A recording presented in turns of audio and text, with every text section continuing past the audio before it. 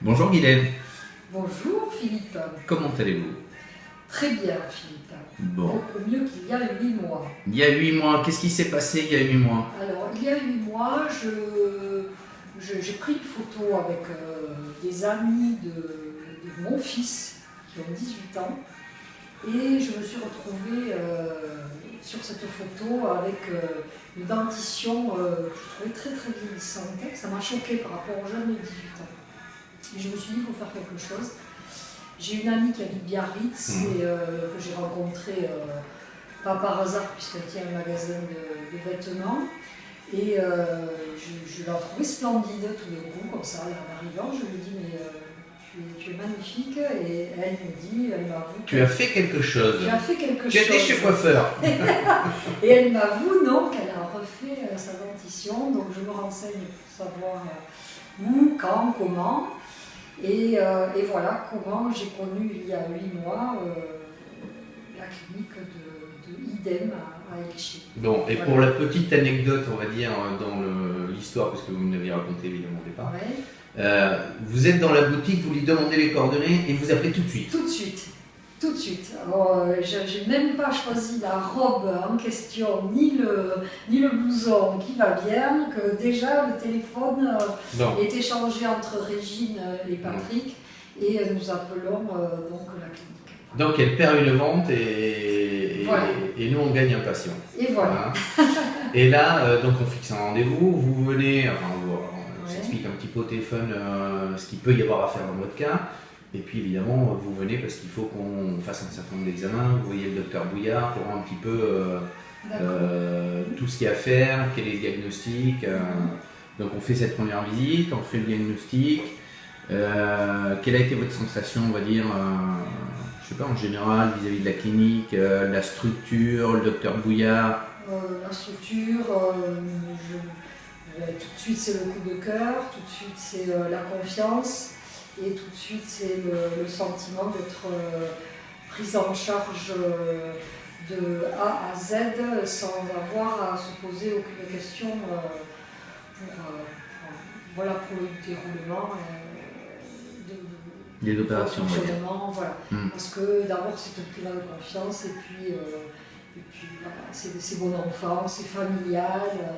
On n'est pas un numéro, voilà, vous appelez par votre prénom. Voilà, donc c'est tout de suite une mise en confiance et puis on y va les yeux fermés, si je peux dire. D'accord, vous n'avez pas réfléchi très très longtemps après avoir fait ce bilan? Je n'ai pas réfléchi, c'était évident. C'était évident. Après, il y a le côté financier qui est autre, qui est entre les deux comptes évidemment, là, bien sûr. Là, mais sinon, outre le côté financier, je ne me suis pas posé de questions. Bon, on attaque tout de suite. On commence tout de suite les soins. Tout de suite, on prend un scanner, 2 ou 3, je ne sais plus, on regarde l'état buccal, voilà, et puis on vous planifie la suite des événements. Voilà, moi, ça a été programmé sur 5 rendez-vous.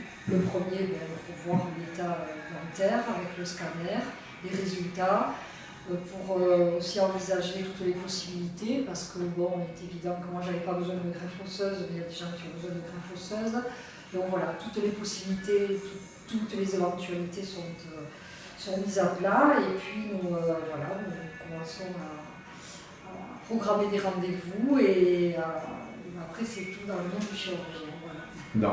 Une attente, une demande dans votre cas, on va dire très très axée sur l'esthétique. Avec quelques dents à extraire, c'est pas un cas de réhabilitation complète sur un plan, on est sur un cas esthétique pur, plus sur de l'IMAX. Après aussi, j'avais un souci de santé parce que j'avais ce qui est délétère, le métal, je ne me rappelle plus le nom.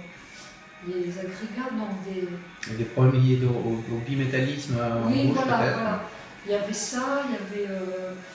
Et puis je me disais que c'était une question d'hygiène aussi, que de tout revoir au niveau